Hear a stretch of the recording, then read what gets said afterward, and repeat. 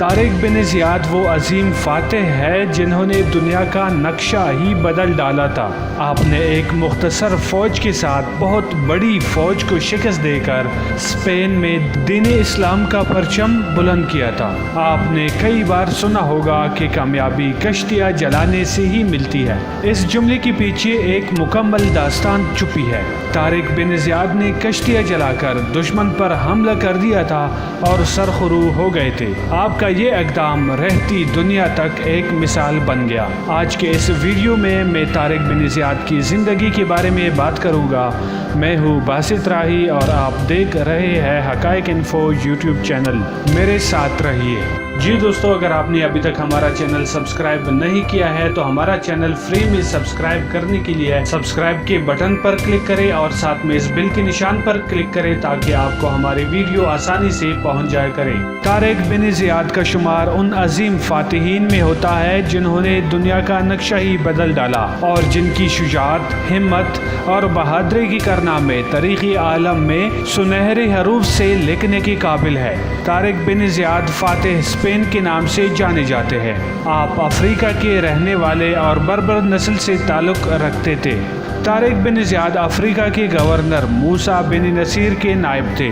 طارق بن زیاد نے اپنی خودداد صلاحیتوں کی وجہ سے کم عمری میں ہی جنگی فنون سیکھ لیے تھے۔ وہ تلوار کے ساتھ اس طرح کھیلتے تھے جس طرح پرندے ہواؤں سے کھیلتے ہیں۔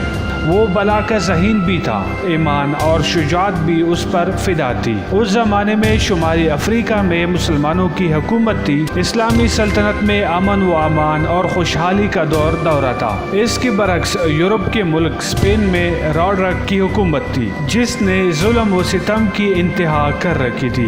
بادشاہ اور اس کے درباری، امیر، وزیر سب امیرانہ ٹاٹ باٹ کی زندگی بسر کر رہے تھے، جبکہ غریب عوام غربت کی چکی میں پس رہے تھے۔ کاؤنٹ جولین شاہ راڈرک کا ایک والی تھا۔ اس کی بیٹی فلورینڈا دربار سے وابستہ تھی۔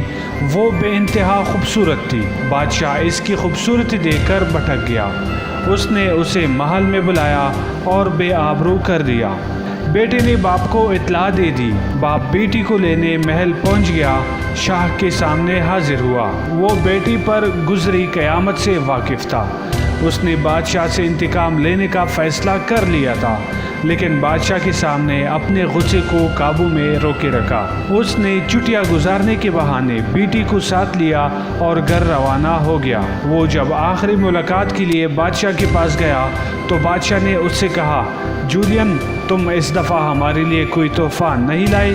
جولین نے ادب سے جھک کر عرض کیا، حضور، میں اگلی بار آپ کو ایسا تحفہ دوں گا کہ لوگ صدیوں تک اسے یاد رکھیں گے۔ جولین اس کے بعد سیدھا موسیٰ بن نصیر کے پاس حاضر ہوا اور اسے اسپین پر حملے کی ترغیب دے دی۔ موسیٰ بن نصیر نے خلیفہ ولید بن عبد الملک سے اسپین فتح کرنے کی اجازت طلب کی۔ اجازت ملنے پر انہوں نے طارق بن زیاد کو 7,000 جانصاروں کا لشکر دے کر اسپین کی مہم پر روانہ کیا۔ طارق بن زیاد فرض شناس اور بلند ہمت انسان تھے۔ طارق بن زیاد نے افریقہ کے جنوبی ساحل کی طرف پیش قدمی کی۔ وہ اندلس یعنی اسپین میں ایک پہاڑی کے قریب اترے جو بعد میں جبل طارق یا جبرالٹر کے نام سے مشہور ہوئی۔ راڈرک 1,00,000 فوج لے کر مسلمانوں سے مقابلے کے لیے بڑھا۔ طارق بن زیاد نے موسیٰ بن نصیر سے مزید مدد کی درخواست کی، جس پر موسیٰ بن نصیر نے 5,000 فوج روانہ کر دی۔ یوں مسلمان فوج کی تعداد 12,000 ہو گئی۔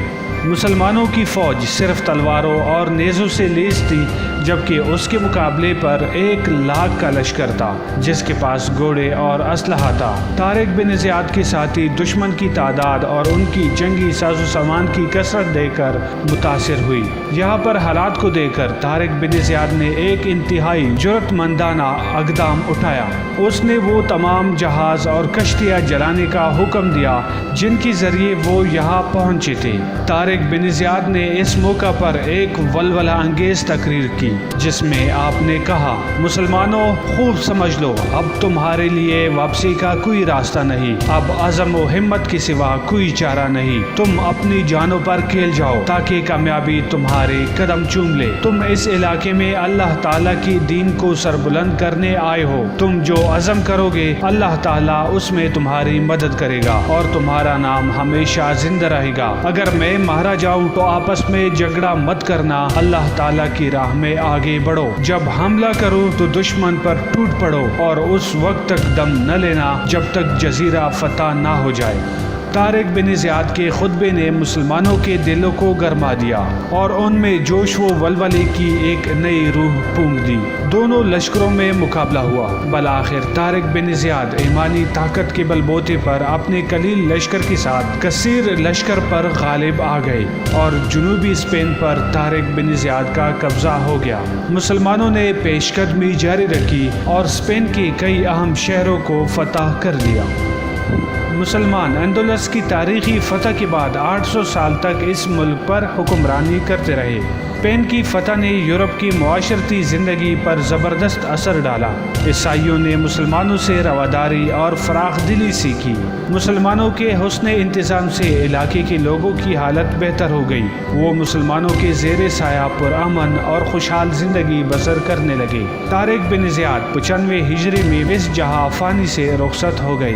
وہ کیسے مرا، اس کے جنازے میں کتنے لوگ تھے اور وہ کہاں دفن ہوا، تاریخ کے پاس اس کا کوئی جواب نہیں۔ طارق بن زیاد اور موسیٰ بن نصیر تاریخ کے گمنام صحراؤں میں گم ہو گئے، لیکن اسپین آج بھی زندہ ہے۔ زندگی جبرالٹر یعنی جبل طارق میں آج بھی زندہ ہے، اور جب تک جبرالٹر یا جبل طارق اور اسپین دونوں موجود ہے، دنیا میں کوئی شخص طارق بن زیاد اور موسیٰ بن نصیر سے ان کا نام اور کارنامہ نہیں چھین سکتا۔ جی دوستو، یہ ویڈیو آپ کو کیسی لگی، اچھی یا بری؟ اس بارے میں اپنی رائے کا اظہار کامنٹ میں ضرور کیجیے گا تاکہ مجھے پتہ چلے کہ میں جو محنت کر رہا ہوں وہ آپ لوگوں کو پسند بھی آتا ہے یا نہیں۔ کامنٹ کرنے پر آپ کے پیسے بالکل بھی نہیں لگیں گے، البتہ میری حوصلہ افزائی ضرور ہوگی، اور اگر ویڈیو میں کوئی خامی ہے تو اس کو میں نکال سکوں گا۔ شکریہ۔